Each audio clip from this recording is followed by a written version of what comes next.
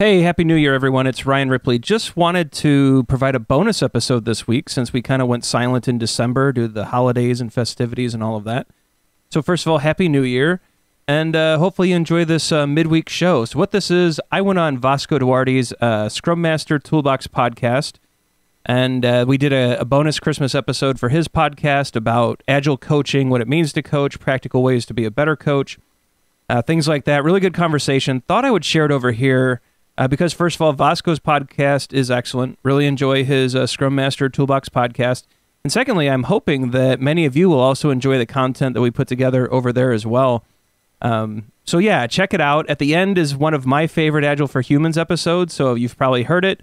It's with Woody Zuhl and a number of other coaches where we just continue to dig into this topic. But I think it's a great show to start on for the new year, and I hope you enjoy it.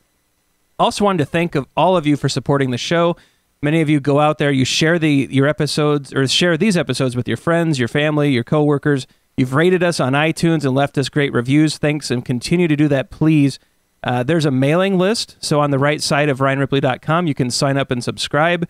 There's a listener survey that helps me know who's out there, the demographics, and possible promotion later. And even Patreon. We're trying a Patreon experiment. So if you want to check out Patreon, there's a link in the show notes if you'd like to further support the show. Otherwise, I hope you enjoy this episode. Check it out. Leave some comments. Check out Vasco's podcast. It's excellent. And just leave me some notes on the website. Let me know what you're thinking, what 2018 could look like for you, what you want to hear covered, some possible guests. Hit me up on the website or on Twitter at Ryan Ripley, and let's make 2018 an awesome year. All right, everyone. Thank you so much for listening to this brief intro. And now on to my interview with Vasco Duarte. Hello, everybody. Welcome to this special week. This week we have 5 episodes with 5 great thought leaders in the Agile space. In this particular episode, we interview Ryan Ripley, the host of the Agile for Humans podcast, about coaching and how important that is for us as Scrum Masters. So happy holidays and happy listening. Hi, I'm your host Vasco Duarte. Welcome to the Scrum Master Toolbox Podcast, where we share tips and tricks from Scrum Masters around the world. Every day, we bring you inspiring answers to important questions that all Scrum Masters face day after day. Hello, everybody. Welcome to one bonus episode with Ryan Ripley. Hi, Ryan. Welcome back to the show. Hey, Vasco. Thanks for having me back. So, Ryan has been on the show before. He was on the show on the week of the 21st of January 2016. So that's almost like 2 years ago, Ryan. Wow.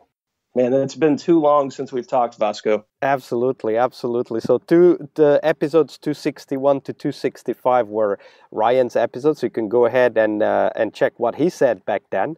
But today we have Ryan back for a discussion and conversation around coaching. Since as Scrum Masters, we do a lot of coaching, or at least we should be aware of the coaching stance and the approach that coaching brings to our work. So Ryan loves helping people do great work. He's a servant leader, and at heart, he's passionate about fostering safety and trust in the workspace. He's also a fellow podcaster at the Agile for Humans podcast. And for all of you guys listening, we'll actually have Ryan's episode right after this one. At the end, if you listen to the end, there's actually one of Ryan's best episodes for you to listen to and learn more about the Agile for Humans podcast. So Ryan, that was a short introduction to you, but a lot has happened since we talked on the podcast nearly 2 years ago. So tell us a little bit more about you. What has been happening? Yeah, I think since then, my wife and I had our third child, so I now have a daughter. Congratulations, by the way. Thank you.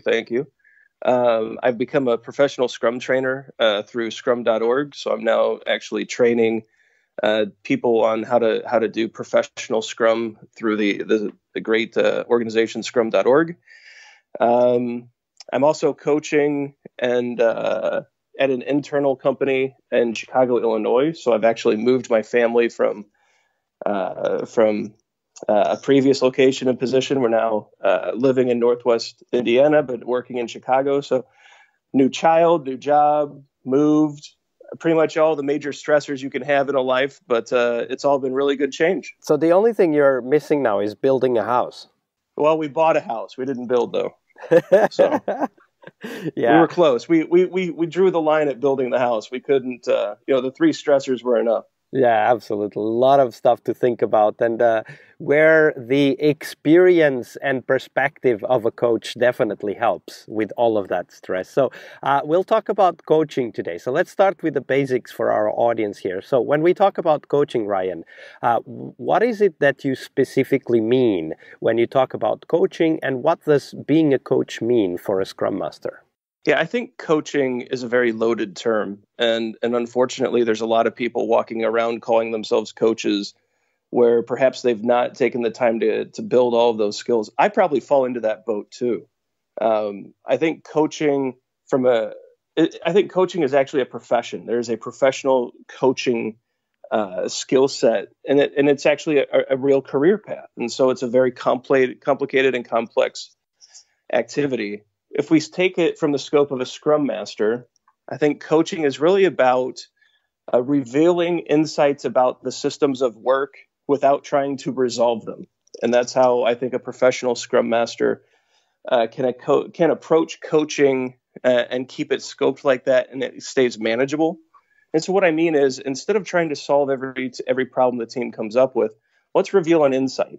Let's make an observation, and then see if self-organization still happens. Can the team take that insight and actually turn it into something actionable that improves the way they work? And if we can get to that point as a Scrum, I think we've started to understand coaching. I think we've started to understand what that stance looks like. And most importantly, we've preserved and enhanced self-organization, which I think is critical to our coaching practice. So give me a concrete example, Ryan. So when you talk about revealing an insight, like what would that look like as a Scrum Master? So let's say that your team is continually having carryover work, sprint over sprint. And so you're noticing that over and over, the team is either overcommitted or they're being forced to overcommit by a product owner or by a manager. Or for some reason or another, they believe they can do more work than what they're actually doing sprint over sprint. And so as a Scrum Master, I've seen it where they become very prescriptive. And they say, you will not commit to more than 3 stories the next sprint because you're not getting your work done. And that's certainly one approach, but I don't think it fosters self-organization. And I don't think it preserves the team's agency to decide how to do their work. So instead, perhaps during a sprint retrospective, you could ask a powerful question. And one of those questions could look like, it could be very direct. Why are we carrying our work over sprint and jeopardizing our sprint goal? That's a very direct question. But it opens up the conversation to the team, and it allows them to discuss what's going on. And you might find out, because the team's closest to the work, they have more insights than perhaps a Scrum Master would, that some things come forward and there are some impediments to deal with. But the team's coming up with those impediments, and the team's coming up with possible solutions, and the team is self-organizing and figuring out how to fix this issue. So when we talk about self-organization, Ryan, I understand that you know what you mean, but let's break it down, right? So what would it look like for us to actually be able to help a team get even more self-organized? Give me an example of a transition that you've seen in a team you've coached to go from less self-organized to more self-organized using the coaching approach. Yeah, and so I think from a Scrum Master perspective, holding off on solving the problems can actually lead to greater self-organization. So a concrete example, there was a team that I was working with, and they were suffering constant interruptions from people coming in and out of their work area. And they raised it as an impediment to me as the Scrum Master. And I thought to myself, this is a problem that the team can solve themselves, and they can solve it in a way that's more meaningful to them. And so instead of solving their impediment, I asked them, what are ways that you could go about preventing these interruptions? And it's a series of questions. What I find is that the more questions I'm asking, the less solutions I'm dictating, the better the self-organization can occur. And so in this case, it was really, what can we do as a team to stop the interruptions? And so the team members started putting up little sign cards on their laptops. If they're not available, it was red. If they were available, it was green. And so they just put up these little cues that made it either acceptable or unacceptable to interrupt them. And they came up with those ideas, right? That was their idea, to put little cards up on their laptops. And so suddenly the interruptions plummet. People got the message that, wow, there's red placards on all of these laptops, and they left them alone. But it was the team's idea, the team's ingenuity. We had these cards made up after they designed them, and they were able to own that solution. And just that little thing taught them that, hey, we're powerful. We can solve our own impediments. We can learn how to self-organize a little better. It was a great message that they sent. It was good. Okay, so I think you said something there I want to explore a little bit further, because I think it might be actually one of the keys for us to unraveling what coaching means for us. You said, hold off on solving the problems that the team can solve themselves. And of course, one question that I get all the time is, what about my team? They just started with Scrum. I mean, should I go straight into trying to coach them? What's your view on the evolution of the Scrum Master role towards the team in terms of coaching, as the team, starts from being very novice, like just starting with Scrum, and then progressing on that Scrum adoption journey? Yeah, I think it's a spectrum. I think in the beginning with a new team, we have to be a little more prescriptive than what we would like to be. And so early on, the questions might be a little bit more direct. Like, hey, is there a way that this team could solve this problem? Or how would you all go about solving this problem? And I think we have to be a little more direct, but we still need to hold the space and try to reveal observations and not resolve issues. But I think you're right. With a novice team, there is a slightly different stance, and that stance is a little more direct. It's a little more prescriptive. I think there's more training involved too. So there's going to be more opportunities to take a situation and turn it into a teachable moment. But I think over time, there's this progression where they continue to improve, they understand the concepts, and eventually, a lot of the prescriptive practices can fall away, and the teams really can start taking over their own practices. So, and you mentioned something that, coaches are, of course, familiar with that term and perhaps even familiar with the practice. But break it down for us. When you coach, what does hold the space mean, and how do you put it into practice? So for me, I'm not comfortable with silence, and I had to learn to become comfortable with silence. So after asking a question like, when I'm talking to the team about interruptions, what can we as a team do to limit the interruptions in our workspace? You have to be comfortable with sitting there and being very, very quiet. And so eventually someone other than yourself will break the silence because the tension grows and grows and grows.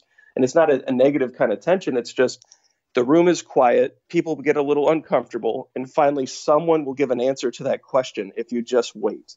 And for me, holding the space simply means shutting my mouth and letting someone else step up and give an answer. Yeah, that's a very concrete way of describing it. I really like that approach. And obviously, for people who grow into the Scrum Master role, typically people who feel ownership and who feel accountable for, the improvements around them, it's hard to hold off on speaking their piece, right? So how did you train yourself? How did you teach yourself to hold the space in the form of, just holding the silence? Yeah, so it's really... For me, it was remembering that the Scrum Master role is that of servant leadership. So this whole journey of being a Scrum Master, it's not about me. And it's not about how brilliant I am. It's not about how smart I look. It's not about my ability to shine and solve problems. It's how I can help the team.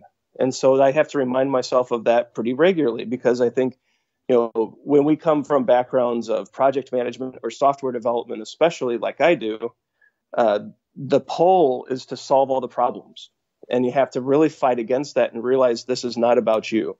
This is about the team. This is about their ability to enhance their practices, enhance their self-organization, and for them to grow. And if you can remind yourself of that, and just remember that you're here for them to serve them, I think that can help anchor you. I also think the Scrum values help me out quite a bit. So it takes courage to stand there and hold the space in a room. It takes commitment to the Scrum Master role to actually decide that you're going to put others before yourself.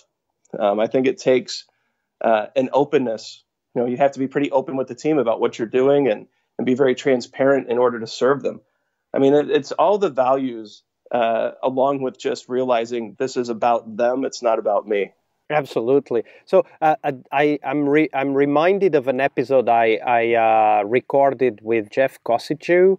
One of the first few episodes I remember, and he was talking about his experience as a Scrum Master. And I think he described what you just described. He described that in a way that only a musician can, right? He said, I'm the background instrument that provides the platform on which the team can succeed.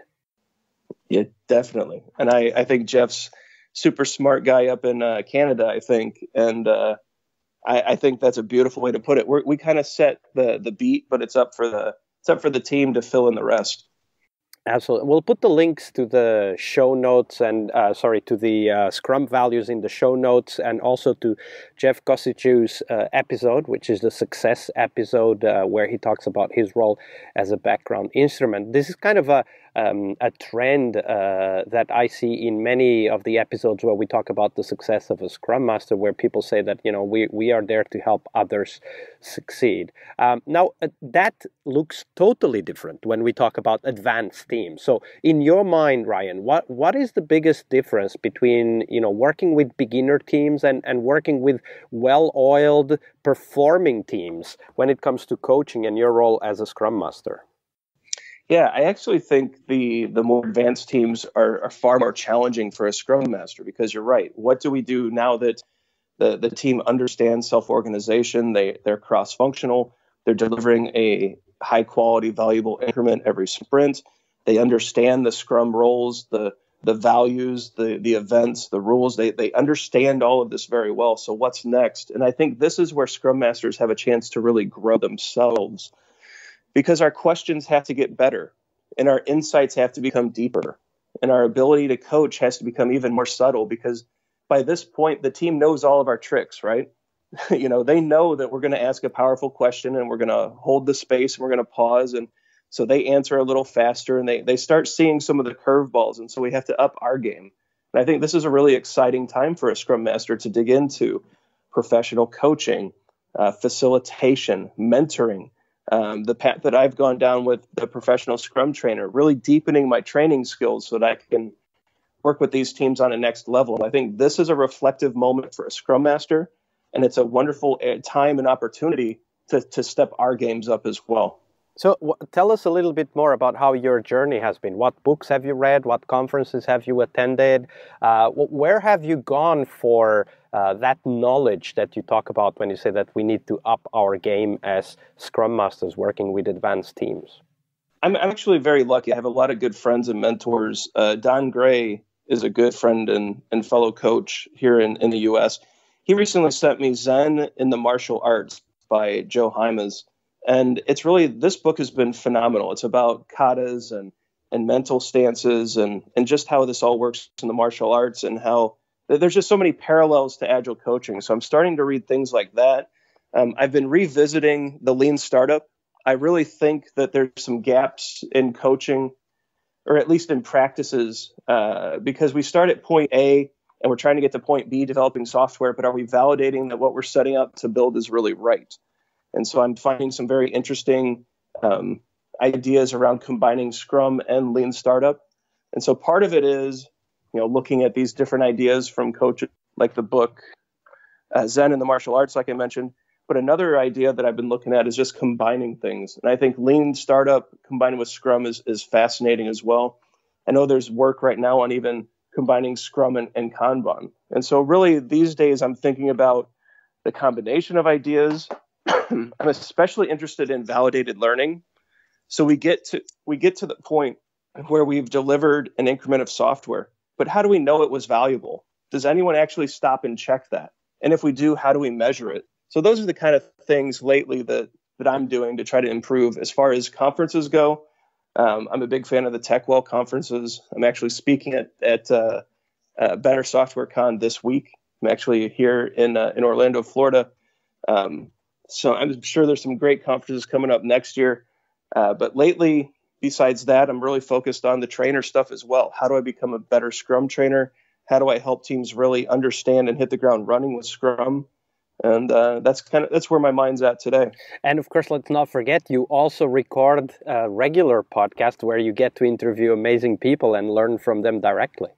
That's actually, and I'm amazed that I forgot to plug the podcast. So thanks for that. But you're right. Agile for Humans is a weekly opportunity to talk to amazing people, and just to get to steal some knowledge from them for an hour and then share it with the audience. And that podcast, just sitting down and talking to so many people, I'm sure you've had the same effect where these ideas just start seeping into your mind, and somehow you've been leveled up just by recording a podcast. But it's been very powerful for me as well.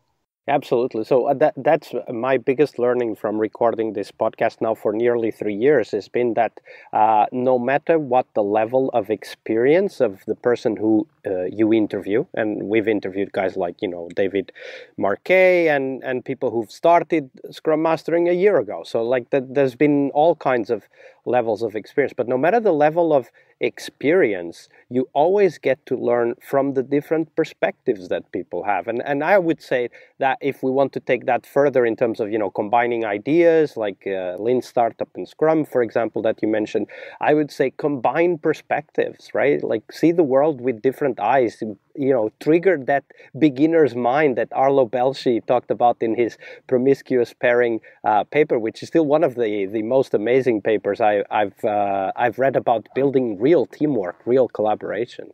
Yeah, I couldn't agree more. And this new adventure with training, the professional Scrum trainer initiatives that I've been doing, I get to see beginners regularly now, and just seeing things through their eyes, their mindset, revisiting the beginner mind. I mean, it's powerful. It really has reinforced a lot of the things that I thought I knew. It's taught me some new things that I'd probably forgotten, and it's fun to spend time in that space. So as we progress in our role as Scrum Masters, and maybe we start looking into coaching and try to understand, where do I want to go, and do I really want to work with advanced teams? Then how do I up my game? Do I want to focus on teams that are just starting because, maybe my organization is starting their agile transformation right now? So Ryan, if you were about to start that journey today, like where would you start your coaching journey? What should we try first?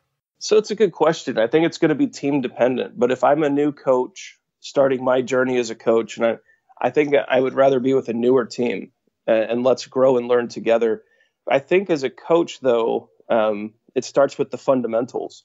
And so if you're with a new team, you may have to be a little prescriptive and do a lot of training and discussions around Scrum and how it works and what are the events and what's the purpose and how does empiricism work. And you have a large body of knowledge to impart on people. And the quicker you can do that, the more likely you are to get to releasing increments of valuable software frequently.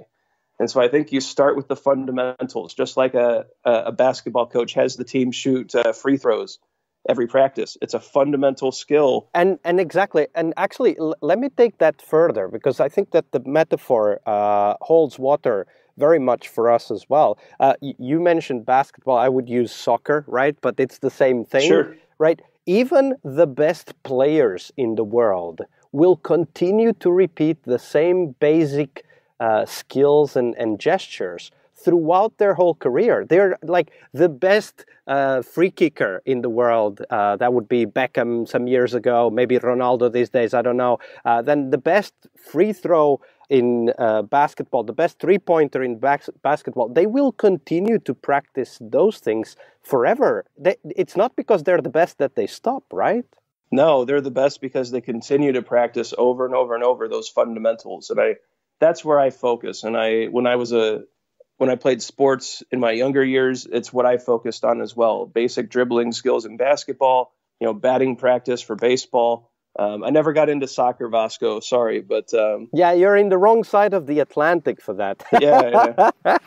But and even with the things that I'm interested in today. So I've been an avid chess player since I was a child, and I still look at very basic tactical puzzles regularly to build up those patterns and to make sure that I don't miss the simple combinations. And I think that type of work and commitment and dedication to the fundamentals, I think, pays off your entire career. So Cristiano Ronaldo happens to be a Portuguese, like I am, of course, but he's also the best football or soccer player in the world, at least according to FIFA. There's a very interesting story that when he joined Manchester United, out of still like 19 years old, already quite an amazing player at that age. When everybody went home after practice, he stayed back and he continued to practice, right? He was already a star, at least in Portugal, and later on he became a star worldwide, but he was already a star. He was already very good, but that never stopped him from continuing to practice, like almost as an obsession, wanting to get better. So if we take that now to our role as Scrum Masters and also as coaches in the making, what do you think, Ryan, should be the skills that we practice day in, day out to be better Scrum Masters and better coaches? So what I have focused on is really myself. And what I have learned recently is that to be a better coach to others, you have to get yourself kind of sorted out first. And I'm not saying I was a wreck or a mess or anything, but I definitely had some mental models that were not working well for me. And so for me, I'm practicing responsibility. And so Christopher Avery's responsibility process and his leadership gift program is something that I have focused on as a coach and something that I've been working through probably for the past year now, just trying to get into a mode of responsibility. And just real quick, what it means is, there's a defeatist attitude that permeates software where we could have delivered, except the product owner didn't give us good requirements, or our build pipeline is broken, so we're stuck for days. And what this does, working out of responsibility, shifts that mindset to how can I respond to this in a way that's powerful and not reactive. And so instead of things happening to me, I'm able to make choices from a position of responsibility, not from a position of blame or guilt or obligation. And so for me, it's just been empowering to start looking at things from a stance of responsibility. It's helped me grow as a person, as a coach. And it's something that I'm actually now teaching all of the teams that I work with, just because it has been such a powerful thing for me.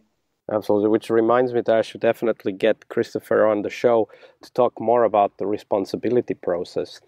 Ryan, so we're about to end, but before we do go, do share with us, where can we find out more about you, the work that you're doing as a coach and as a trainer, but also about the podcast that you host, of which a special episode right after this.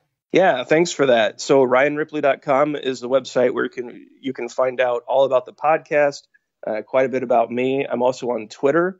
It's at Ryan Ripley. Happy to engage on most topics about whatever you're interested in. If you hit me up on Twitter, happy to discuss.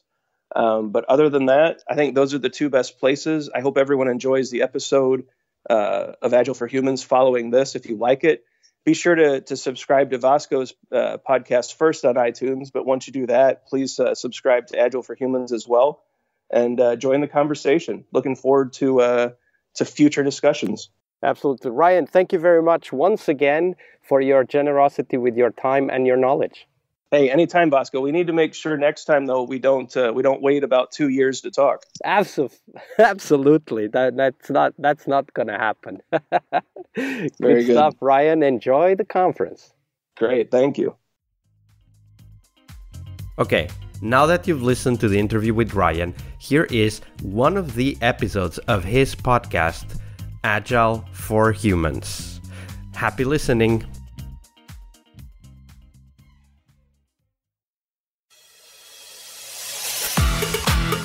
Processes and tools dominate today's Agile discussions, but we are devoted to the individuals and interactions that make it work.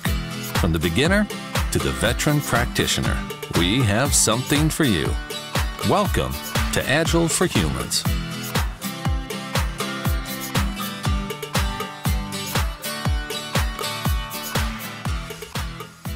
All right, welcome to this week's episode of Agile for Humans. I'm your host, Ryan Ripley. Joining me tonight, we're back to old school Agile for Humans, actually. This is a panel. In the beginning, it was a large group of people. We got away from that. Now we're back. So we have Woody Zuhl. Woody, how are you? Doing great, Ryan. Thanks for joining us. Amitai Schleier. Amitai, no stranger to the show, a fan favorite. How are you, sir? Thrilled to hear that I'm a fan favorite. That's news to me. Everyone loves your insights, buddy. You get more tweets than anyone else on the show. Tim Oninger from Northern Illinois. How are you, sir? Excellent, Ryan. Excellent. Always wonderful to have the Agile Otter on with us. Top shelf Agile coach and consultant, Zach Bonacker. Hi, Ryan. Hey, buddy. It's cold. I'm in San Diego, and it's under 60 degrees, so it's kind of hard in my world right now, so I appreciate everyone's understanding. Guess what? We'll send some hot chocolate out there. Yeah. We'll get some rations and some provisions out to you. Appreciate that. So just so you know, in Indiana, it's over 60 degrees. Right. So that's why everyone comes out to where you are for the sunshine tax or whatever they call it, right? Exactly. Well, tonight, guys, we've been batting some ideas around for a large group, what would make sense, and I think we're just going to ask why. Tonight is all about the why of the things we do and of the things that we talk about and think about, why people hire us. What is it about our Agile practice? What is it about the way that we've internalized Agile that makes us unique and all of those things? I don't want to put anyone on the spot, but I think Amitai, when it comes to why Agile, why your approach, why do we do this? I think I speak for all of us when I say it's the best way to make money that I've found so far. Pretty sure that's why we're all in it. I'm trying to get rich, and it's going really slowly, but it is net in the positive direction. So you just got your SPC4 and you're ready to get working on SAFe? Is that what I'm hearing? No, that's a bigger investment than I'm ready for. I was trying to prove it in the small, and I think maybe I could get into a project like getting an SPC certification next. Nice. Now that I've validated the idea. All right, so Amitai's clearly after the money grab. Maybe Tim, what is it that is driving you to continue down this Agile path? What is it that has kept you going, and why are people calling you? Oh, let's see. I was lucky enough to be in on near the ground floor of some pretty cool things going on, and some people are still interested in how they work. Awful lot of what I do, though, is either introducing people to it for the first time with XP practices and the idea of Agile management and incorporating testers, or just as often, it's a rescue. Somebody has come in and things have gone horribly wrong, and it's time to try something different to change the way it's done. And I'm pretty sympathetic and pretty interested in enough experiences. Sometimes people want to hear from me. I think that's really awesome and humbled by it usually. Every once in a while puffed up. So do you think we're at kind of a restart point where the first generation of Agilists have cycled through, now it's a new crop of people, and we're seeing the same old things, or is it now something different? I think we're in a whole different wave. So you know how these things go. You start off with this great idea, and it goes for a while until somebody starts to, it corrupts after a while. A lot of compromises are made in the name of marketing and selling and sharing and spreading, and people get focused on the uptake ratios instead of the difference it makes. And then somebody comes along and there's a reformation, and then that reformation runs for a while, and then the Reformation becomes corrupted, and there's yet another reformation of the Reformation. I think that we're probably in a major reformation cycle. So we've gone from take back Agile to modern Agile, and at the same time, other people are running to keep the uptake ratios good and the numbers looking pretty. Yeah. Tim, do you think we went about that circle where it was take back Agile into the evolution of modern Agile, or did we just maybe rephrase what we meant all along? I think it's very much a restatement and an extension. There are a few things that have changed. When we did Agile at first, XP, and I suppose Scrum as well, although I was more connected with the XP people. Continuous deployment, continuous integration, continuous testing, that was a real thing. But somewhere along the line, those have been kind of given away. And nowadays, continual deployment and continual integration are much more continual than they used to be. So with all the DevOps stuff, there's new technical underpinnings that we can leverage. And, we never saw Lean Startup coming. Lean Startup was a surprise. So incorporating that and some other ideas from Lean has been a big deal. So I think there's something different. But ultimately, the values were there to begin with. They just they needed to be brought back forward again. They fell behind, my opinion. So now someone who's been pushing Agile forward, I think, and breaking new ground is Woody, with no estimates, mob programming, through experimentation, like on past episodes that we've talked about, his ability to just question why about the things that everyone else takes for granted.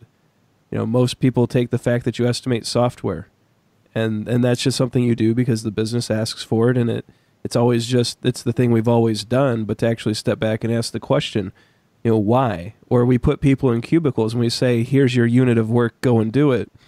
And instead Woody says why and puts the whole company together in front of one screen, and they get massive quality and output and outcome improvements. And so Woody, what are the things, clearly if we're in a reformation or a restatement, we've had to clarify our point about Agile. But what are the things that we're questioning now that perhaps we didn't question 20 years ago when all of this was being crafted?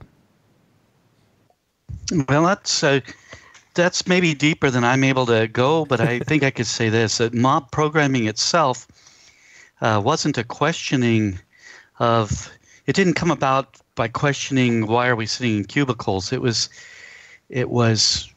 the result of turning up the good on ideas like working well together. So if we look at the way that we're doing things and we say, hey, this thing's working, whatever it might be, and we say, what would it mean to turn up the good on that? Then that will take us in a direction that we might not otherwise be able to go in. What I have often seen over many years is people say, we have a problem with this and we need to fix that. Or this isn't going well, so we need to address that. And my approach is a little bit perhaps not typical, but it doesn't mean it's not used. And that is just to say what's going well and let's turn it up. And of course that comes from Kent Beck. I mean, that probably has been around in my life since I was a little kid, but it was expressed so well by Kent Beck in the first edition of the Extreme Programming Explained book. And I usually bring that up in every presentation I give. The idea that we have these practices, we know they work. Not because we got a certification in them or because we read it in a book, but because we've got experience with it. We know it works. What would it be like if we could turn that up? What would it mean to turn that up? And how would we go about doing that? So that's a very different thing than maybe the innovation, the way we might think innovation is, where we look at the problems and we try to figure out a different way to look at that. That's part of it maybe, but anyways. I hope that was helpful. Definitely. I think we can all talk about the good that we're turning up. It's interesting. When rules emerge, it's usually because something negative has happened, and we're going to create a defense against that ever happening again. And that's how standard operating procedures emerge. That's how all of these volumes and volumes of rules and regulations appear. But that's defending against the bad. What I love about your approach, Woody, is that you're saying, no, that stuff happens, but what are we good at? Or what makes us happy? What brings out the best results? And let's just focus on that. So now you're creating a playbook about the good. You're turning up the good. You're playing to people's strengths. I think it's far deeper than you give it credit for. Well, so I think it's a fundamental concept. So I would just, for example, this goes way beyond software development. If we are always saying everybody should be able to do this well, whatever this thing may be, then we're probably not taking advantage of the variety of skills and abilities and nature, talents and whatever that everybody has. We let them. We make an environment where people can find what they're really truly going to be able to be great at or bring forward a better chance for that, and maybe we're going to win. There's going to be a win for everybody in that. And winning doesn't mean somebody else has to lose. Winning means that it could mean that everybody wins. That's sort of the way I like to think of it. It's not a war, What an amazing lesson. And actually, I was privileged enough to be up in where was I? I was up in Winnipeg, Canada at a great conference up there a few years ago, and I got to see this play out, Woody. It was really interesting. I think you'd like this exercise. Todd Sharon was up there doing an improv talk. I'm finding improv is actually highly applicable to some of the work we do. He had a group of 100 people get into two groups and pretend they're doing a tug of war, just as like an icebreaker. So the two sides are there, and we go for a few minutes, and he stopped us, and he said, when is someone going to lose? Because both sides were fighting equally hard to win this pretend tug of war that had absolutely zero bearing, but no one was willing to improv the act of losing. It was a zero-sum game. These are all coaches. So these are all highly experienced agilists still acting in a way that it's zero-sum, someone has to win, someone has to lose, but we can all win. And it was a very impactful idea. It's one of those that it left the whole room of coaches humbled. It's one of those, it's like when you, Woody or Tim or like a George Dinwiddie or a Don Gray walks up to one of us and says something about the way we've just behaved, and we walk away dumbfounded. It was one of those type of moments where the whole room of coaches realized, wow, we tell teams everyone can win, but we just refuse to lose. And it was one of those neat moments. So I know what you're all thinking, right? Because you're thinking the same thing as me right now. You're thinking all this verbiage and the language we're using around success and positive results. As a result of this approach, this seems like a real certification opportunity. We'll come up with maybe like certified positive agilist. I will certify you for cheaper than Zach will, just a little bit cheaper, one time less. Yeah, but my training classes won't have PowerPoints, so I'm more engaging. So I want to. Seems 2 like cents less. Opportunity. 2 times less. So Zach and Amitai, they're busy setting up their Agile universities. It is an interesting point where, back to what Tim was saying, we have this reformation and then corruption and then reformation and corruption. And I do wonder sometimes. So so the listeners will call back to Tom Cagley and I just this week, or recently, released a show about certifications and conferences and the walls and the dogma that the certifications create. Because it is expensive for a trainer to change course material. The Scrum Alliance can't just change course material or requirements, and neither can Scrum.org. And when they change the Scrum Guide, the cost of updating all of the certification exams, the training materials, it's very significant. And so we talked about the walls that those things put up, the dogma that it creates, and how it can actually stop some of these ideas from moving forward. It'll be years before ideas like no estimates and mob programming, which are excellent Agile ideas, find their way into some of these areas. And maybe that's a good thing. Well, now, first of all, I am speaking at the Scrum gathering in San Diego on mob programming, to be clear. And I did speak there in the one they did in Vegas on mob programming several years ago. So I'm not really sure that these things can easily fit into whatever the going program might be. But I would say that there is what you're bringing up is sort of the overall issue with how new ideas come forward and what does it take to have that happen. Much of what we believe has to eventually be eroded for us to be able to accept new ideas, and it's very difficult to let go of those things. And there was something we believe in. It's not an easy thing to switch from that. So it can take days, years, months, whatever, long periods of time, and with really big, important scientific changes, it can take centuries. Some of the things that people believed for centuries take centuries to go away. So I'm not really sure. I think that having a framework that you can certify people in is probably it does solidify some of the things beyond the reasonable level. It's kind of like once you put a rule in place, it becomes very difficult to remove that rule. It's really easy to put rules in place and very difficult to remove them. And yet rules usually aren't meaningful to have rock solid. I think that, Tim, you brought that out once. This isn't written in stone, except for that one thing. Right. I think it was you who said that. Yeah.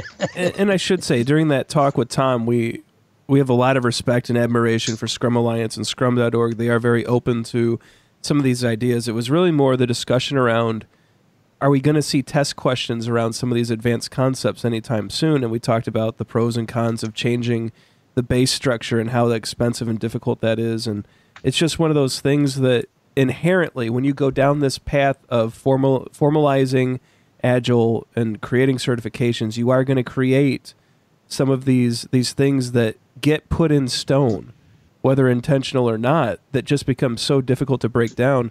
I think an example could be the idea of sprint lengths. Just the fact that 4 was mentioned, but now 4 weeks was mentioned early on in the Scrum guide, but now it's switched to 2 weeks. So now these teams are scrambling to get down to 2, even though their user base can't handle more change than perhaps once a quarter. So they're doing. And they're trying to get there in the worst way possible by working twice as hard, not by doing half as much. Exactly. And so you have these different things that happen that if we're not careful about how we do these changes, it's all inherent in the system of work that's at play. And so it was just highlighting the fact that these systems of work, especially around certifications, create these very interesting problems. But yeah, I totally agree. Scrum Alliance has put together great programs and really love how open they are to a lot of these ideas. I think there probably should be some kind of a date on your test and your training. So you can say, hey, I was certified in 2004 Agile. I think that might be helpful. So people, have when you buy a bottle of whiskey, it's probably going to have an age statement on the front. It's probably telling you when it was bottled and how long it had sat in the cask. So you know what you're getting. So yes, this Agilist will have gone sour by fill in the date. That's right. Hey, I'm really, really good at 1998. That's right. Go ahead. No, Woody, I'm actually more interested in what you're going to say. Go. I'll raise my hand. I think many of the ideas that we see expressed in Agile software development and extreme programming and all these approaches were around way, way before any of these things became what they are. So, it's not uncommon to think of doing things in smaller amounts. That's been around forever and ever. And, so on and so on. I don't know. Most of these ideas became things because when we grouped them together, they really made a great impact. And I think the whole thing with Agile software development, that we're basically going to focus on the people side of the business of software development, but it's really a business-focused thing. It just takes into account that these are individuals, and they got to be able to interact well. We're going to see things changing, and boy, that's tough for people. So how are we going to deal with that? I think all these things, when they gather together, they get a kind of a strength that when they were separate, they weren't perhaps as meaningful.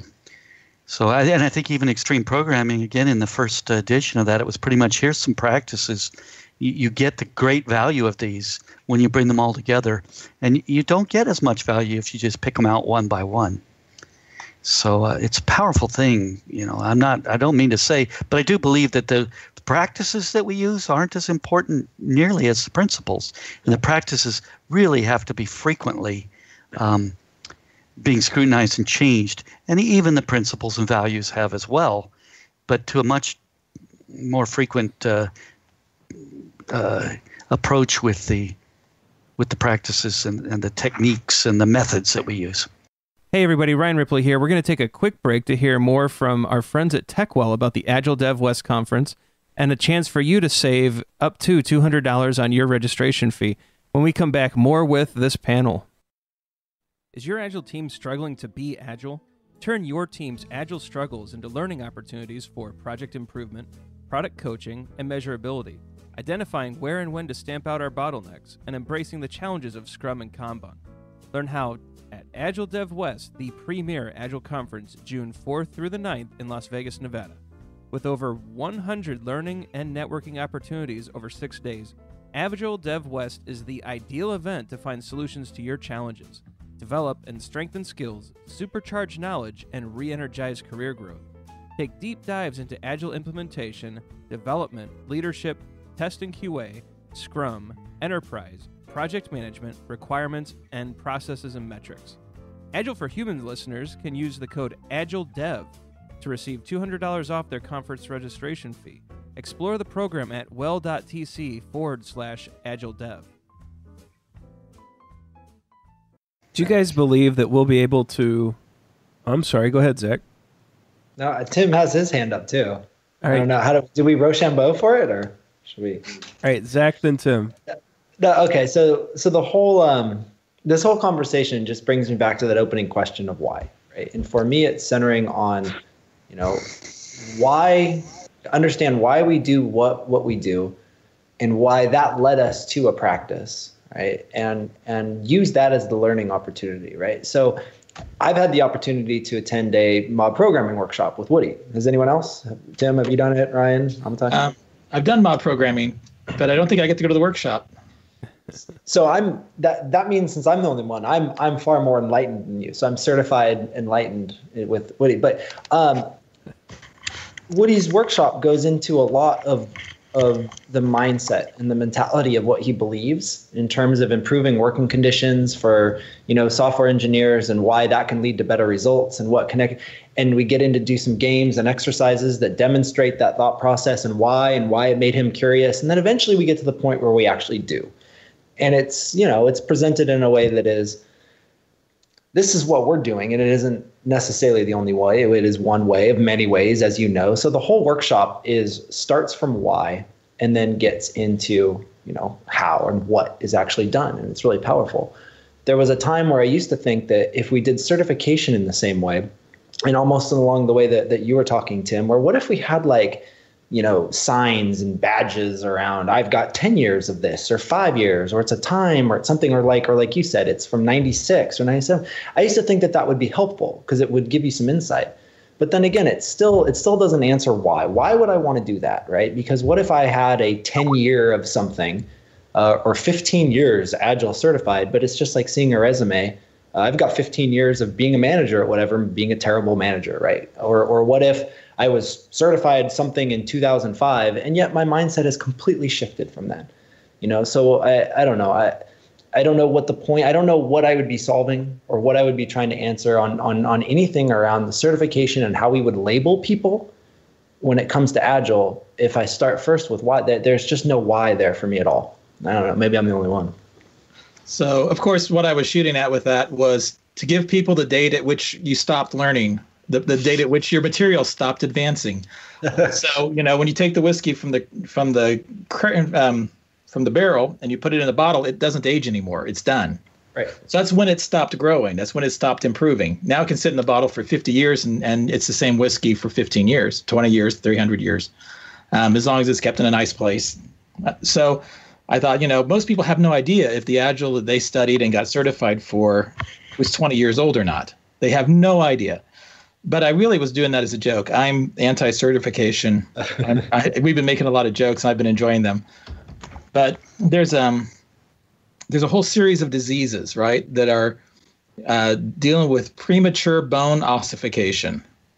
So your bones are supposed to be growing, but instead they harden and freeze in their current shape, and that just messes your body up horribly. These are terrible childhood diseases and adult diseases, calcification of blood vessels and muscles, and it's incredibly painful. I'm not making light of those conditions.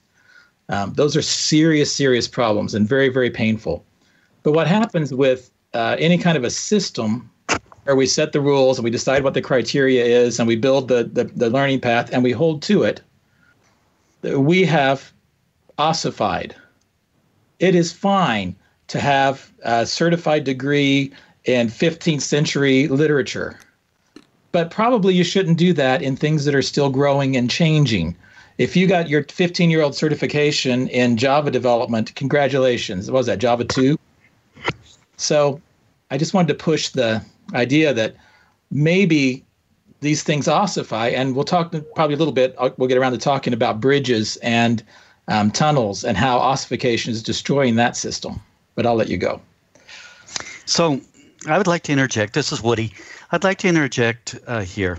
What I believe typically happens, and at least this is my take on it right now, is that when a system gets to the place where it's recognizable as a system and people are using it, then its main ability, its main capability is to perpetuate itself.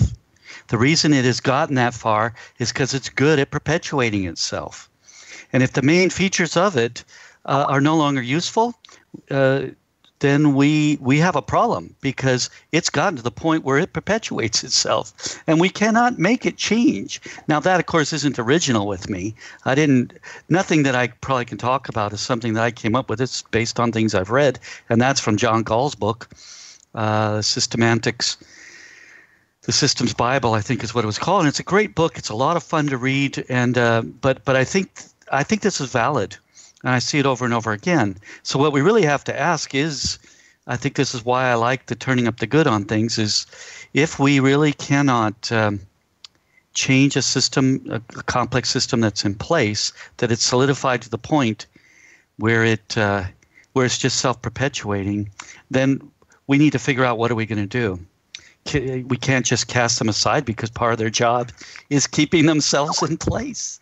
So we really need to start figuring that out. It's a much, much bigger thing than some people. It's like Deming kind of stuff where he talked about, I think it was him, that a bad system will destroy a good person every time. It's just the way it is.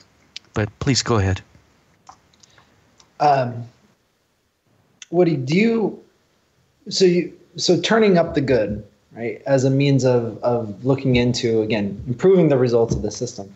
Do you ever see problems, though, that need to be addressed? And what do you do in that case then? Well, there's going to be a number of problems that we need to just directly address, right? So I'm not saying we don't pay attention to problems. It's that it's not our focus to be looking for these problems. If they come forward, in other words, if we spend time focusing on looking for the problems, then we're not going to run out of problems. What I found by turning up the good is that many of the problems fade away. So where focusing on the problems didn't make them fade away, it actually can act as I would say, as a placebo, because we end up working on a symptom, and we feel that when we've resolved for the symptom, we don't have a problem anymore, but the problem has now just been hidden, or it's now under the surface. So we didn't use our approach to actually solve the problem. So this is something we really need to watch out for, and we get a lot of good out of, I think, almost automatically from turning up the good. I wouldn't propose that as though the only thing there is. I think all good ideas have a root in either Kent Beck, Virginia Satir, or Jerry Weinberg. And Woody, you just made me think of Rudy's Rutabaga, where there's an infinite number of problems. And once you solve your biggest problem, your second biggest problem gets a promotion. Right. And so there's always going to be those issues. And so turning up the good, I think, is a great way to get out of that vicious cycle of just problem solving. You're so reactionary in that mode when you can be strategic about the good things you turn up. But what about Agile? So when we think about Agile in its current state today, everyone can cite a problem. Some people don't like SAFe. Some people don't like the other thing, like certification. Some people don't like Scrum. Some people think that such things are bad. But when you think about the good, for me, turning up the good is actually paradoxical. Because when I think of what is the good in Agile, a big part of it for me is the diversity. So the Agile community has one of the best male-to-female ratios that I've ever seen in a software context. It has all walks of life, all countries, all continents. Wherever software is done, we have practitioners. And we have this diverse set of ideas. We have Amitai and Tim and Woody, who come from a very technical background. Amitai uses various languages. Woody's uses others. Tim's a Python master. Amitai's a Perl expert. Woody, I think, what's your main programming language, Woody? Well, for the first 15 or so years was BASIC. So Woody's old school with basic and can probably pick up any language he needs to. Zach and I, on the other hand, so I started as a Java developer, but I moved into a different path. And so Zach and I are more on the coaching side of things now, where we're looking at business processes and systems. But it's the diversity in our viewpoints and our experiences that make this community so interesting and so capable to look at systems of work, find out what's good, and turn it up, because we have so many different viewpoints. At the same time, these viewpoints become targets. Dean Leffingwell saw a hole left by various certification bodies and trainers and said, hey, I'm going to show traditional corporations how they can get some better outcomes without having to change too many of the systems in their current status, or that are currently in place. But that became a target, although it is one diverse idea within the Agile space. And so I think our greatest asset, the greatest thing to turn up, can also be the greatest thing that tears us apart. I'm wondering what you guys think about that. I don't know. I think for me, turning up the good is barely about software. It's even more barely about Agile. Someone told me when I was much younger that I should consider, and this was a very surprising piece of advice that they gave me. They said I should consider a career as a therapist. And I thought, what the hell are you talking about? I'm a programmer. Go away. And also, then I gave it a second thought because it was interesting. And I said, okay, so what would be involved in being a therapist? It would be a lot of work to figure out how to basically, I think it's the same thing, love the people that I'm trying to consult for.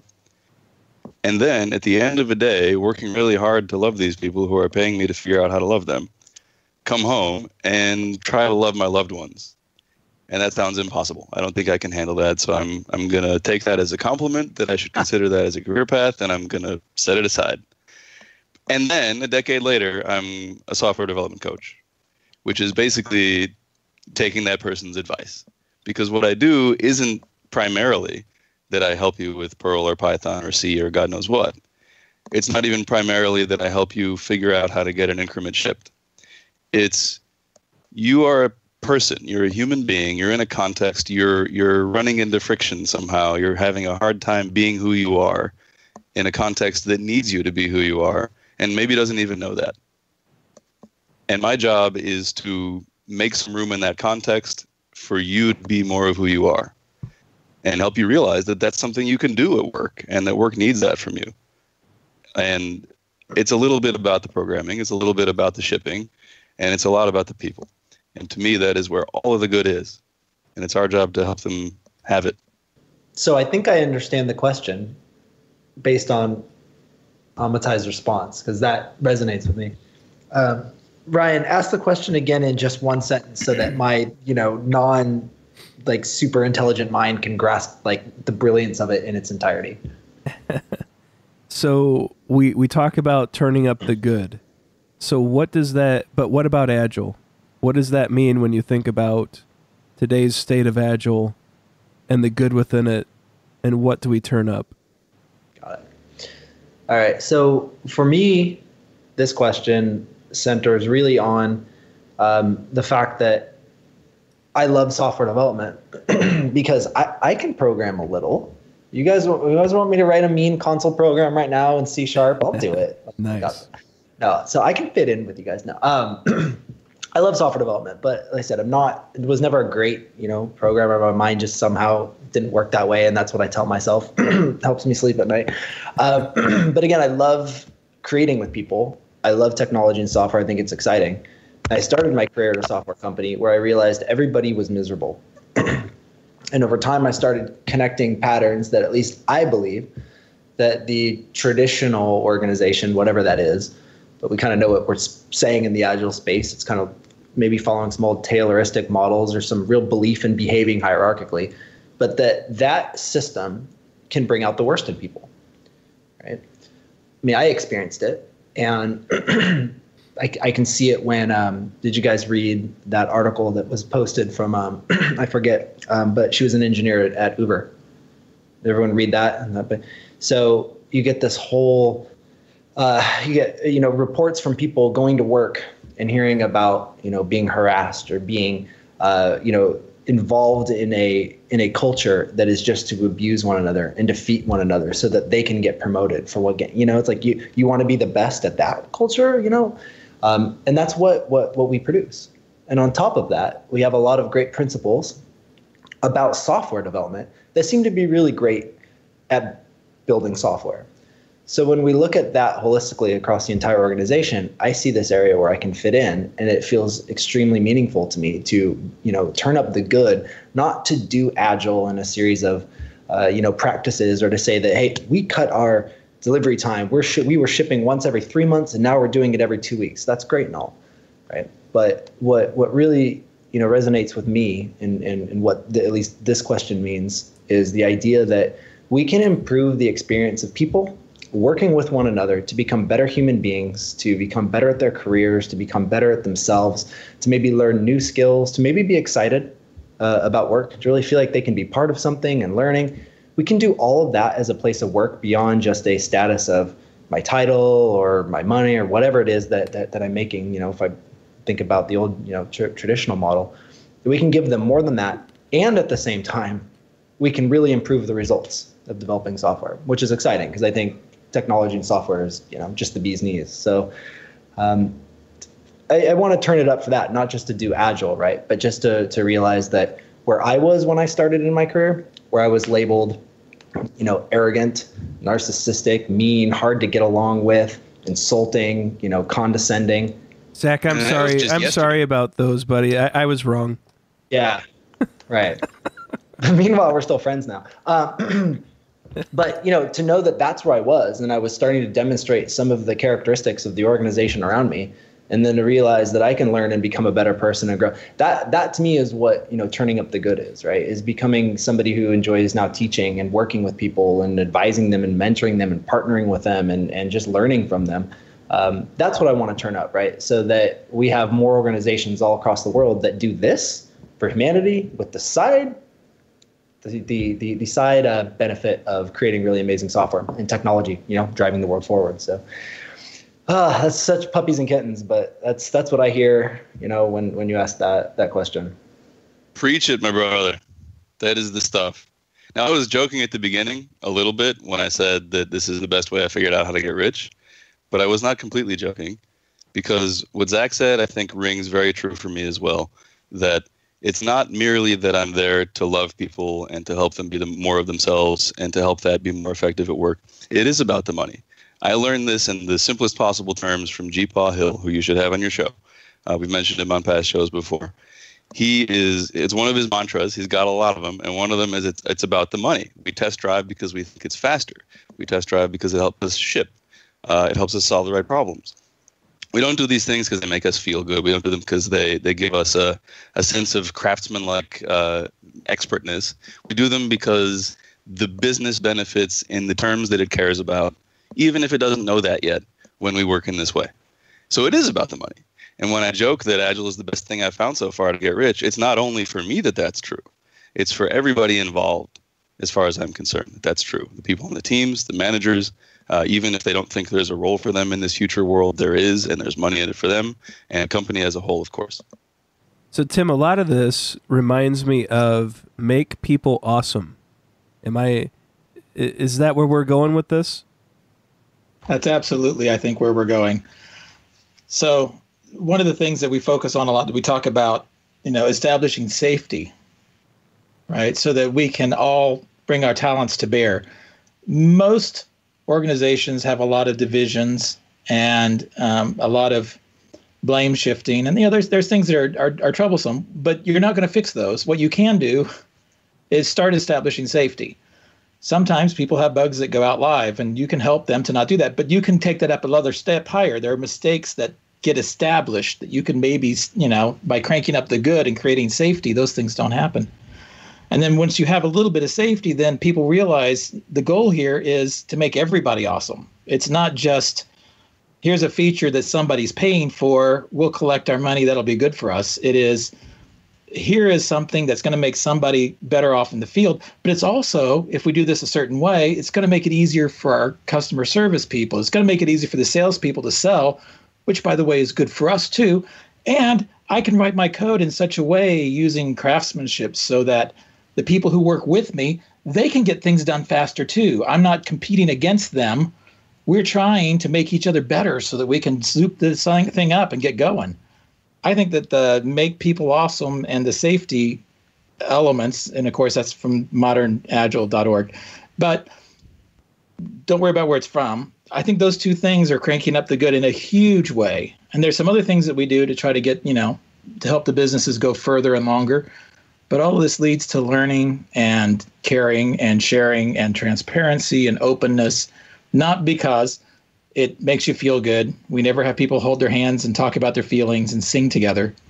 Hold your hands, look the others in the eye, sing a song.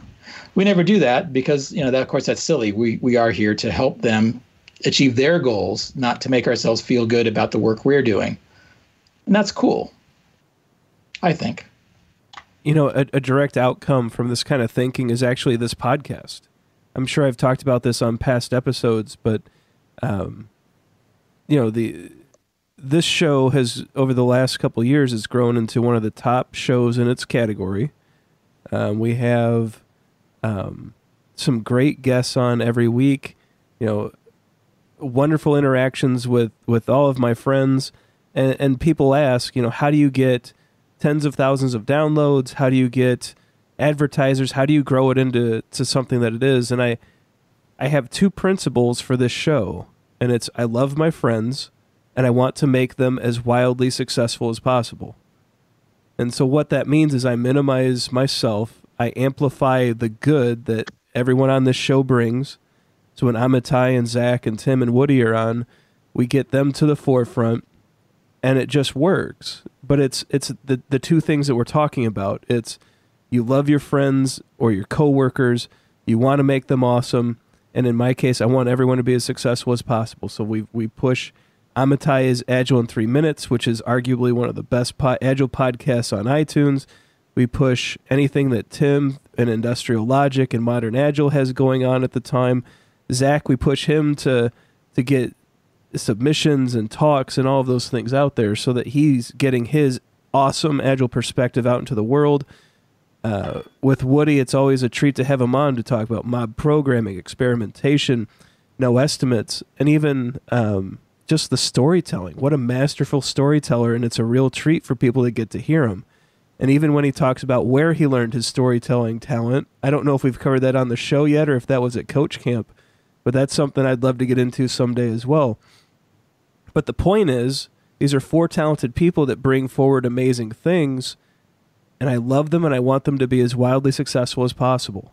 And that's grown this show into what it is today. And I think we can take that and apply it to software teams and to building homes and to whatever it is that you do to turn up the good. I'd like to bring up something here, and I think that the focus on business shouldn't be about the success of making more and more money and making lots of money. That's sort of like a side result of making it a sustainable and wonderful life for the people involved, and that goes in all directions. The customers, the people that are creating things are the people that are vendors to us and where we're getting our supplies and materials from, and so on and so on. So I think that this is a much, much bigger thing than just making money. And I would say making money has got to be the smallest part of success. Being sustainable might require that we make money, but I think that we really trick ourselves when we make that the goal, as according to people like John Kay, who'll say, if we just went for our goal, then it's going to pervert itself quickly. If our goal is to make money, then we'll do things that are that ruin our chances of having sustainability and having wonderful results because our goal is the wrong kind of goal. But Zach, you have something you'd like to say. Yeah, no, it was just what you said was like spot on for me.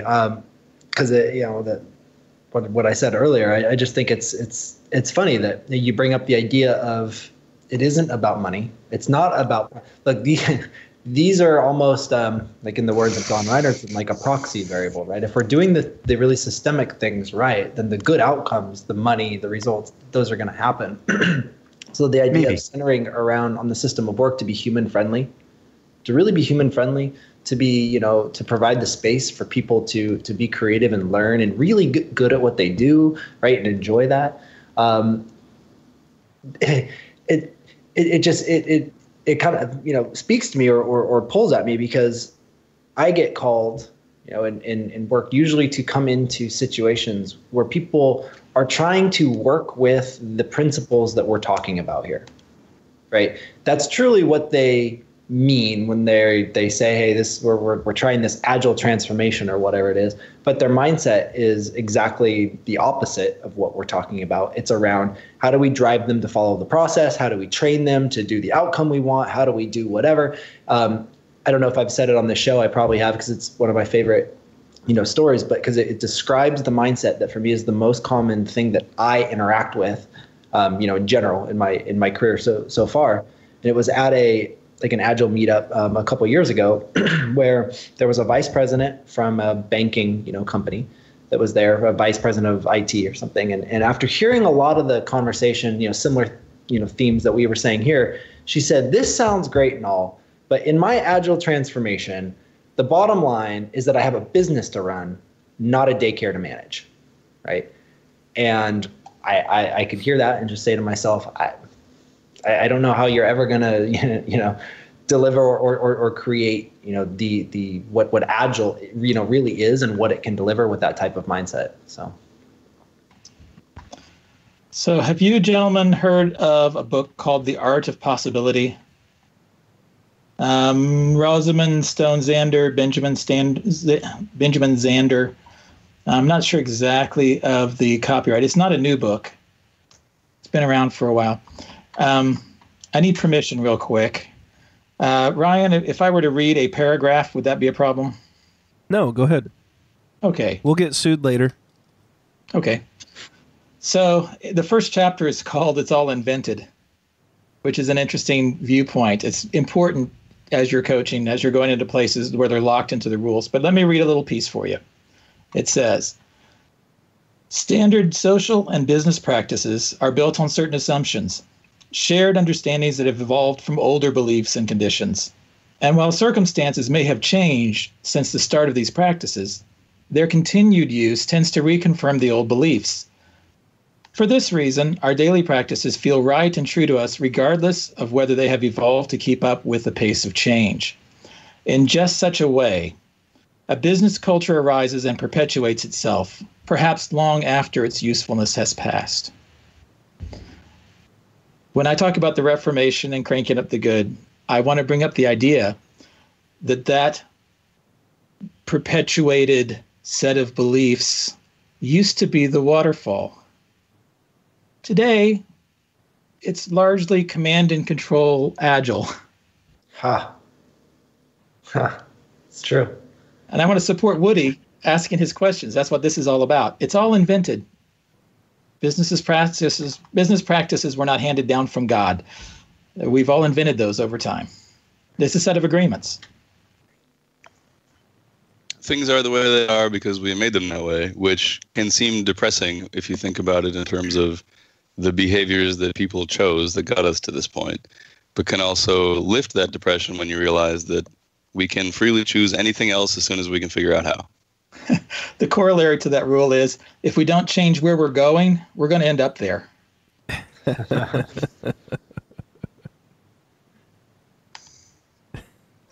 Yeah, so knowing that this is like fundamental to me, knowing that where we think we want to go is not really the right place to be going is worth understanding. So we often, I think, take steps in a direction that we shouldn't be, and because we are working on the information that we think this is what we want to do, instead of proving it as we go, and we become, I would consider a lot of times, hardened into the idea that we have to stay on this path that's taking us where we knew we wanted to go. And then when we finally get there, we're going, well, why isn't it the way we hoped it would be? But that's because the chance to getting to where the goodness we wanted exists is not the path to the goodness that we think we want exists. So it's the goodness that we really want to have is not something we can just pick out and run for.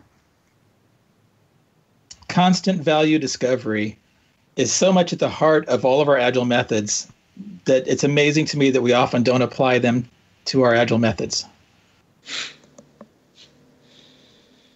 Do you think there... Oh, go ahead. That was it. I was just saying we can. I just wonder, when we look at methods and practices, is there ever a time where we get to such a refinement that we're actually aligned with our principles and we get there? Or do you think it's a constantly moving target? Like, what is nirvana, guys? What is the end game? This is the idea of the pot of gold at the end of the rainbow. It's constantly moving. You can never get to it. So, that's maybe a philosophy that's a little deeper than I can know how to explain. But this is about the journey, not about the destination. So, if we're really on this thing, we know when we get to the destination, then we've achieved whatever it was we wanted to do, and there's nothing else to go for. After that, we probably are going to be somewhat disappointed. I could be wrong about that. Like a dog that catches the car. Now what? So Toyota's been doing Kaizen for 40, 50 years, and they haven't run out of improvements at all. But I worked with some guys who did MVS, CICS, DB2, COBOL. And you know what? They were really, hold on, really good Tim. at that. Hold on, Tim. For the kids listening, this is the mainframe. Okay, go ahead. Oh, yes. Big blue boxes you may have heard about, or may not. They were really good at that. But in the meantime, people came up with whole new ways for us to be awesome, whole new ways to let people be cool. I'm holding in my hand. This is like a 3 or 4 year old cell phone with a touch screen on the front. It's running Android. They keep coming up with cool things that can make me more able to do my daily life and get around. There's a thing in there to help me find good gas prices. There's a thing in here to help me not forget to go to meetings. There's a GPS because I'm directionally challenged. I can get lost in a phone booth. I would say that about the time that we get good in the steady state gets changed. There's always a new way to be cool and awesome and to help people. Yeah, it's a belief that, excellence is a real thing. It exists. And as long as you keep your eyes open, every day you might get a better idea of what that is. And 20 or 30 years later, you'll be closer to understanding it. And that'll be cool because that day you'll be further ahead, but then that day you'll still get a better idea of what it could be as long as you keep your eyes open for it, right? And that's really kind of a driver, at least I think, and why we say continuous improvement in Agile, but I just think holistically that idea of excellence, that's a real thing. And we just got to continue to experiment and ask what it might be and keep our eyes open each day and keep adding features to the phone, So I think I'm going to add a question. I was just going to say, I think I'm going to add a question to my retrospectives about what are the good things we can turn up, and then maybe every other daily Scrum ask, what good have we turned up? So I think this is foundational and important, and if we don't make it part of our mindset and practice, we lose it. Yeah. So that's definitely an action I'm pulling away from this conversation. That's a good thing. I believe that the idea that we can ask ourselves every day, like we had done sometimes, with the original team where we came up with the mob programming at Hunter, the idea that we could ask ourselves at the end of the day, what went well today and how can we turn that up for tomorrow? Not what went well over the last 2 weeks and what might be due to turn it up over the next 2 weeks. That's sometimes good too, but I think it's really useful to just pay attention in the small. What went well today? Can we turn it up? That's the idea. If we can turn up everything that's good, a little tiny bit every day, we'll get a compounding value that we don't get if we wait for 2 weeks to do that. And I think that's actually the magic. Sorry, I'm going to do one more and then I'll shut up. I'll probably cut this out, but I think this is the magic of mob programming, and that it is really a continual retrospective, even though it's a programming exercise too. And so you are continually inspecting and adapting as a collective team the good and the bad, the code, the tests, everything that you're doing. And it's almost like you're just making these micro adjustments in real time, continually turning up the good things that the group collectively agrees on and finds. And I think that's actually the magic behind it. It's not the programming aspect is certainly important. I mean, that's what we're doing, but it's these micro adjustments in this just constant rapid. It's like this rapid and continual improvement space that it creates that I think is just phenomenally underestimated and misunderstood still in the community. But I think through Woody's evangelism and through the books and some of these talks, I think these things will come to the forefront and people will realize just how important this continuous improvement and continuous learning really is. That's exactly where I was headed, especially given that Woody was the one telling us that you can retrospect more often than your iteration boundary. You can retrospect every day. You can also retrospect in a mob programming context very easily every commit, which could be, every 5-10 minutes. You can also retrospect in the middle if it seems like it's going to be a while before this is going to turn into a commit. So someone that I think is really good at that. Yeah, go ahead. We used to call that, and I'm sure they still do there, just-in-time retrospectives. So as soon as you know something worth holding on for a retrospective, it's probably a good time to just go ahead and discuss it. Exactly. Did you notice what went well right then? Did you notice there was something we needed to figure out here, or whatever it might be? It doesn't have to be just the good, but good stuff is particularly good to retrospect on.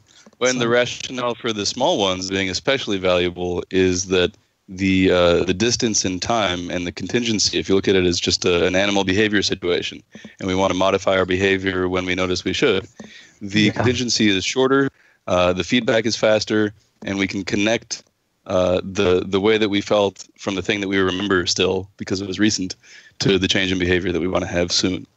As opposed to leaving it for a week, maybe we forgot about it, maybe we forgot a salient detail, maybe we don't even remember it at all, and it's hard to think about what we're going to do differently because we don't remember what we were doing that led to the mistake. If you can just the catch context it gets in the lost. moment. Yeah, and the only way you have the context is seconds or minutes later. It strikes me that a lot of what we were talking about too, I hear some of the principles of appreciative inquiry in here as well too, about looking to the future and what we want to be, taking the time to, again, reflect on what we're doing, to tell stories about it, to share our experiences, but again, visioning why, we're doing these retrospectives again because we have a vision in mind of what we want to do, and we can, constantly talk about it. So just throwing that out there again, the principles of positive or appreciative inquiry seem like a common thread here to me. So I think there's a lot of value in paying attention. And I think that's a big part of what I felt has been my focus for about 10 years now. Just simply not shutting off when we're focusing on something that we feel we need to be focusing on, because it's the little things that are sliding by. And maybe that's the big value of a coach on a team, that when the players are in the middle of the activity, like if you think about a sports team, when you're in the middle of a game, you can't observe everything that's going on around you. You've got to have some other people around, and you can think of them as coaches who are watching for the things we need to look at and talk about immediately afterwards. What could have we done a little differently in these little spots? And that's a type of paying attention, which you can do better as a team than you can do sometimes as an individual, because you can only think about one or two things at a time. I think nowadays they've sort of proved you can think of about maybe a half a thing at a time, and that's about it, But I think Tim's got something he's dying to say. I'm not sure. You're very astute. You recognize all my body language.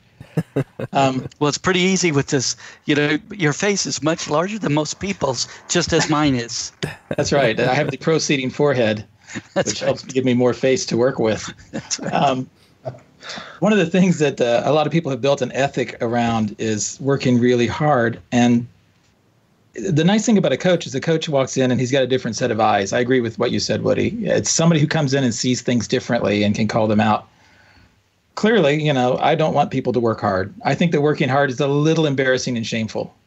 What I really want is for people to be easily accomplished. And that's usually done I agree with you that through marginal gains. There's a little blog at Industrial Logic called Small Things.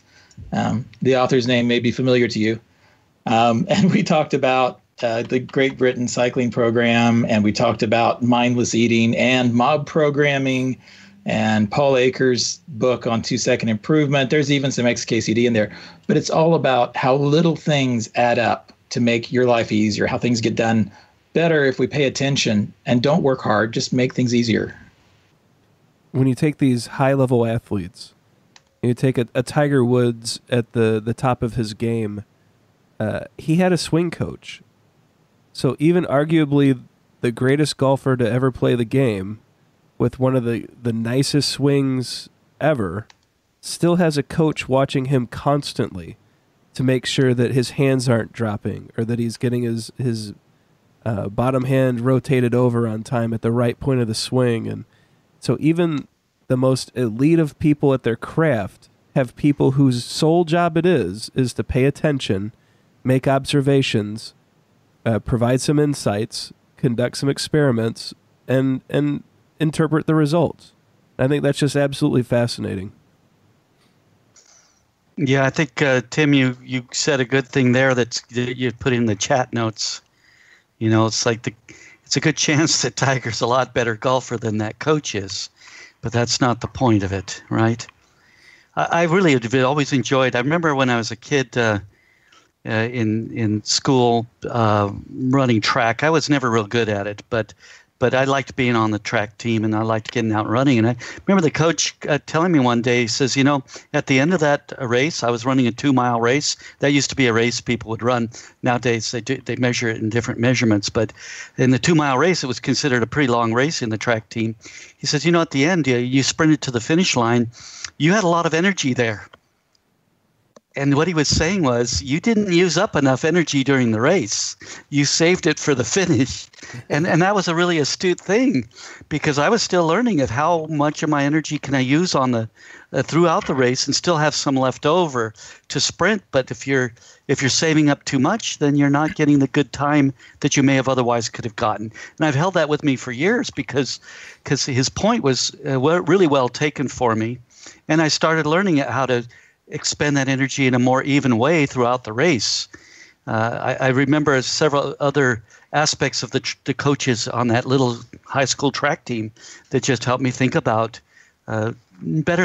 coaching.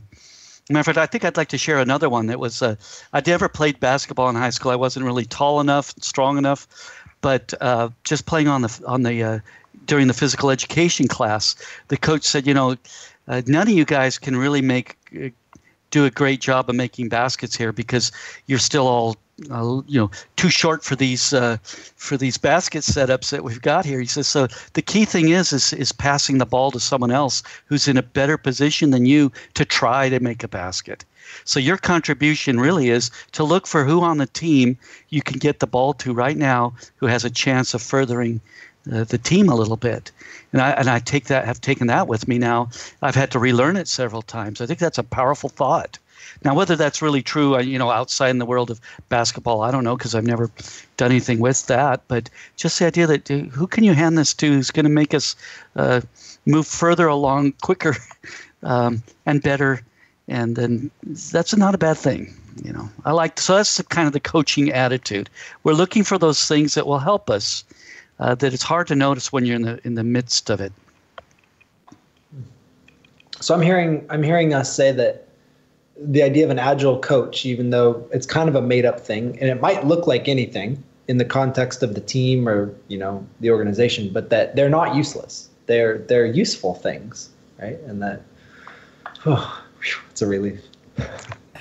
Well, now we got to really be careful, because I don't really know what we mean by agile coach. I think I'm thinking myself right now as kind of an agile guide, because I think of it as I can say, here's some things we probably need to be paying attention to, and here's some techniques that we can use for doing that, and here's some things I've noticed. And here's some things that have worked for me, but I can't do a lot more than that, because the people I'm working with usually have to figure it out for themselves. I can't unless I would be somewhere for a very long period of time, I'm not sure I can observe enough stuff. But I do like to watch for things like, do you have a place where you collect the items from your retrospective that you want to improve on? And why are there so many things there? Why aren't they moving into some done column somewhere? I mean, I'm saying this almost as a humorous thing, but there are little things you can notice like that you can quickly point out. But that's just a few of them. It's like we can't really know. We can see the tip of the iceberg, but really the iceberg's where the action's at. Yeah. I kind of said that, jokingly, but then sort of to self-reassure as well. But anyways, I've always kind of wondered if maybe the idea, since again, Agile Coach, it really is a made up, title. But what if we let Agile Coach be something that is really centered around the technical practices to really help, people understand how to become better software engineers by perhaps using techniques and methods of building software that they've never tried before, like a test-first approach or something, right? What if that was really an Agile Coach? Would there still be room for somebody else to, guide people and to work with people, just like you said, an Agile guide?